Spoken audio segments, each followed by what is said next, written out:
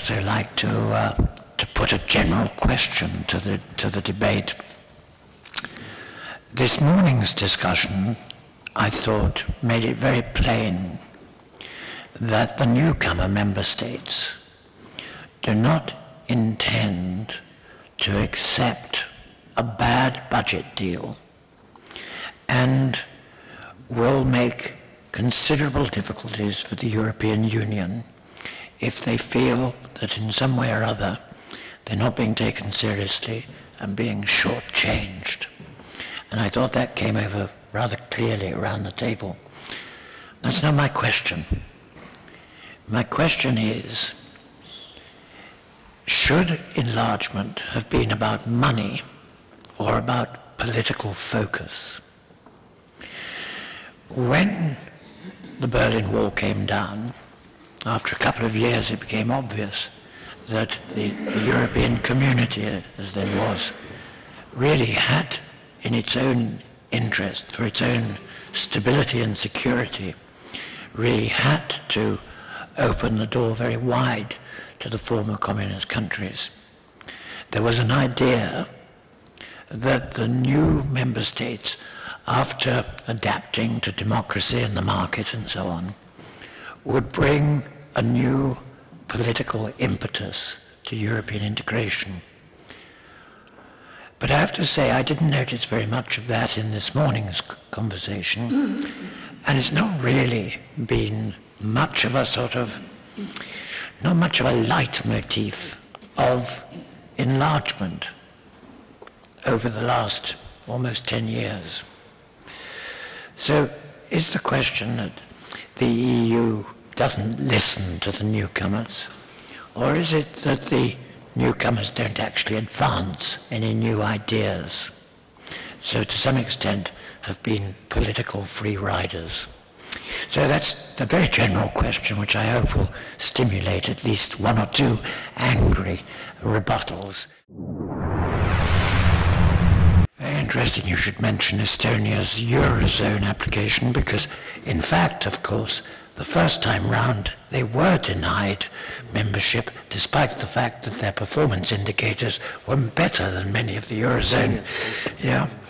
I want to just bring the debate, well, I'm not sure if it's to an end or to start it all over again.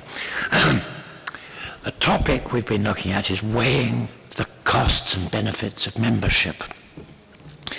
And it seems to me that we haven't really got a very clear picture as to whether, first of all, the EU itself has been made stronger by enlargement, better, or whether, as Tony Barber was saying, judging by the opinion polls, the enlargement process has actually diluted popular support for the European Union.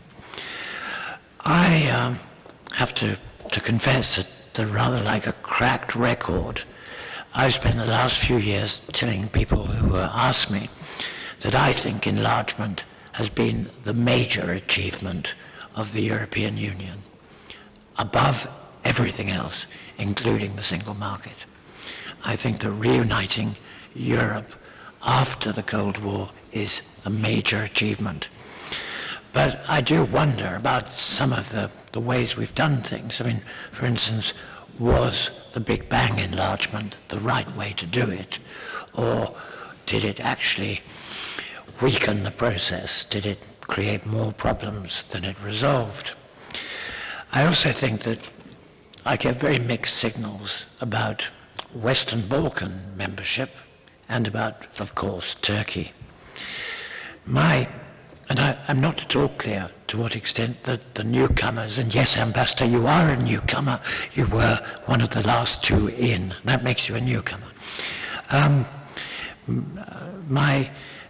think the question that I find myself asking is, are there policies, are there measures for improving the climate of confidence? Because my impression is that there are rights and wrongs on both sides, but that the enthusiasm, that the degree of political confidence on the side of the newcomers and of the older member states is not as good as it was 5 years ago. And therefore we actually have to do something to restore political trust in one another.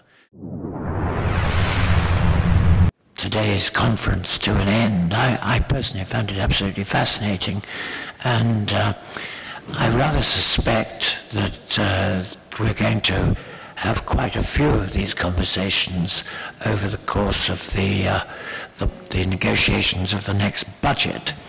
And of course, as the enlargement process continues. I would just, I think, end the proceedings with one thought.